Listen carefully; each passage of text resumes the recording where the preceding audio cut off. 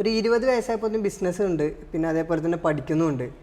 എന്തുകൊണ്ടാണ് ഈ ഒരു ഓട്ടോമൊബൈൽ എന്നുള്ള ഫീൽഡിൽ സ്റ്റിക്ക് ഓൺ ചെയ്യാനുള്ള കാരണം? എനിക്കാണെങ്കിൽ പണ്ടേ മുതൽ വണ്ടിമൊക്കെ ഭയങ്കര താല്പര്യമാണ്. വണ്ടി ഓടിക്കാനായാലും നന്നാക്കാനായാലും അത് നന്നാക്കാനൊക്കെ കാണുമ്പോൾ തന്നെ നമുക്കൊരു ഇതേമാതിരിയൊക്കെ ഒന്ന് ആവണം, അങ്ങനെയൊക്കെ ഒരു ആഗ്രഹങ്ങളുണ്ടായി. സോ അപ്പോൾ ഇവിടെ MA 2 വർഷമായിട്ട് പഠിക്കുന്നുണ്ട്. എന്താണ് ഇവിടുത്തെ ഒരു എക്സ്പീരിയൻസ്? കോളേജിൽ പറഞ്ഞാൽ ക്ലാസ്സുകളായാലും ലാബുകളായാലും ടീച്ചേഴ്സായാലും അടിപൊളിയാണ്. നമുക്ക് എന്തുണ്ടെങ്കിലും ചോദിച്ചറിഞ്ഞാൽ എല്ലാത്തിനും നമുക്ക് സപ്പോർട്ടിംഗ് ആണ്. പിന്നെ ഇവിടുത്തെ ലാബുകളായാലും ചെയ്യാനുള്ള വർക്കുകളായാലും എല്ലാ സാധനങ്ങളും അവിടെ തന്നെ ഉണ്ട്. ഇപ്പോൾ മറ്റുള്ളവരിൽ നിന്ന് വ്യത്യസ്തമായിട്ട് ഇപ്പം നമ്മളിവിടെ ചെയ്യുന്ന ഒരു കാര്യമാണ് ടൊയോട്ട അല്ലെങ്കിൽ മഹീന്ദ്ര പോലുള്ള വലിയ കമ്പനികളിലേക്ക് നമ്മൾ പഠിക്കുന്ന അതേ സമയത്ത് തന്നെ നമ്മൾ ഇന്റേൺഷിപ്പിന് വിടാറുണ്ട്.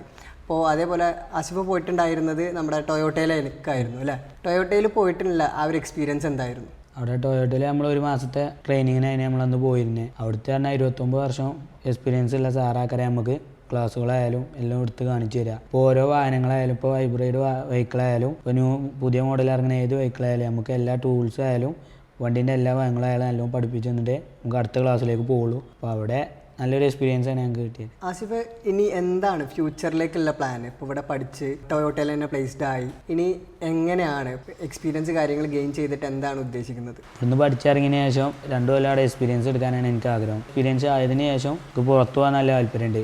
അവിടുത്തെ 2 കൊല്ലത്തെ എക്സ്പീരിയൻസ് കൂടി കിട്ടിയിട്ട് കേരളത്തിൽ വന്നിട്ട് നല്ലൊരു ഹൈ ക്ലാസ് ഓട്ടോമൊബൈൽ വർക്ക്ഷോപ്പ് ഇടാൻ തന്നെ താല്പര്യം. ഓക്കെ, അപ്പോൾ എന്തായാലും ആസിഫ് ഉദ്ദേശിച്ച പോലെ തന്നെ എല്ലാ പ്ലാനിങ്ങും കാര്യങ്ങളും അതേപോലെ തന്നെ പോട്ടെ. ഇതിന് വേണ്ടിയിട്ടുള്ള എല്ലാവിധ സപ്പോർട്ടുകളും MA ഭാഗത്തുനിന്നും നമ്മുടെ എല്ലാവരുടെ ഭാഗത്തുനിന്നും തീർച്ചയായിട്ടും ഉണ്ടാവും. Wishing you all the best.